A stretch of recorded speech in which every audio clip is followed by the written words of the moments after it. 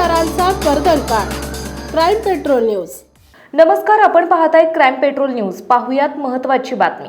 बिबीवाडी स्वारगेट रस्त्याने पायी चालणाऱ्या एका 55 वर्षीय महिलेच्या गळ्यातून चोरट्याने जबरदस्तीने सोनसाखळी हिसकावून पोबारा केल्याची घटना घडली आहे। मंगळवारी रात्री 10 वाजण्याच्या सुमारास हा प्रकार घडला असून घटनेत महिला थोडक्यात बचावली आहे। चोरट्याने हिसका दिल्यानंतर महिला खाली कोसळली, त्यातून ती बचावली आहे। 99,000 रुपयांची सोनसाखळी चोरून चोरटे पळून गेले। या प्रकरणी पर्वती पोलीस ठाण्यात 55 वर्षीय महिलेने तक्रार दिली। त्यानुसार दुचाकीवरील 2 चोरट्यांविरोधात गुन्हा नोंद करण्यात आला आहे। तक्रारदार या शिवदर्शन परिसरात राहण्यास आहेत।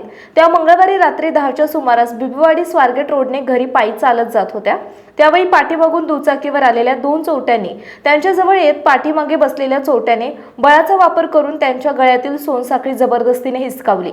अचानक झालेल्या या प्रकारामुळे महिला भेदरली। जोराचा हिसका बसल्याने महिला खाली कोसळली।